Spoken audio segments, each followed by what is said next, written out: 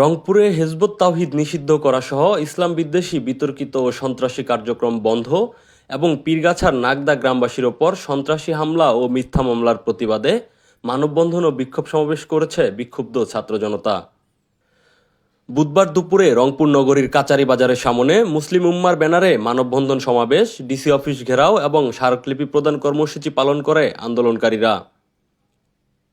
এর আগে সকালে বিক্ষোভ মিছিল নিয়ে নগরের বিভিন্ন সড়ক প্রদক্ষিণ করে কয়েক হাজার মানুষ। পরে কাচারি বাজারের সামনে অনুষ্ঠিত মানববন্ধন সমাবেশে হিজবুত তাওহিদকে নিষিদ্ধের দাবি তুলে বিভিন্ন প্লাকার্ড প্রদর্শন করে আন্দোলনকারীরা। একটা মুহূর্ত বিভিন্ন সংগঠন বিভিন্নভাবে মব জাস্টিস প্রতিষ্ঠা করে বাংলাদেশকে আন্তর্জাতিক মহলে বিতর্কিত করার সর্বোচ্চ চেষ্টা চালাচ্ছে।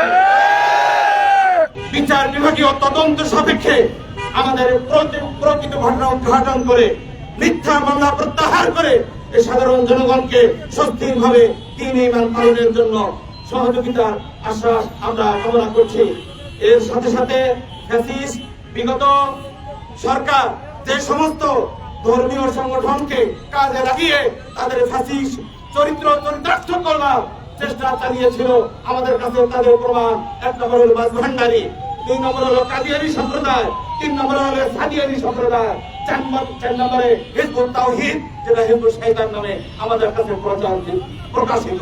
আল্লাহ তাআলা অন্তকার এই মানববন্ধন কর্মসূচি আমাদেরকে পরবর্তী কার্যক্রমকে ত্বরান্বিত করবার তৌফিক দান করুন, আমিন। আসসালামু আলাইকুম ওয়া রাহমাতুল্লাহ। আপনারা আপনাদের মিডিয়া তন্ত্র শুধুমাত্র জামাতে ইসলামীকে ইন্ডিকেট করে আপনারা এই কর্মকাণ্ডে পরিচালিত হচ্ছে বলে আখ্যায়িত করছেন, কিন্তু জেনে রাখবেন হিজবুত তাওহিদকে নিষিদ্ধ করা শুধুমাত্র জামাতে ইসলামের কাজ নয়।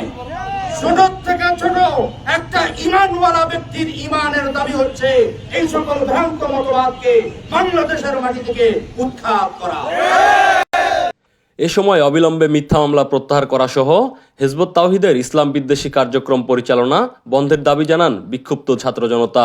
অন্যথায় বৃহত্তর আন্দোলন গড়ে তোলারও ঘোষণা দেন তারা। রংপুর থেকে আরিফুল হকের পাঠানো তথ্য ভিডিও চিত্রে ডেস্ক রিপোর্ট, রংপুর নিউজ।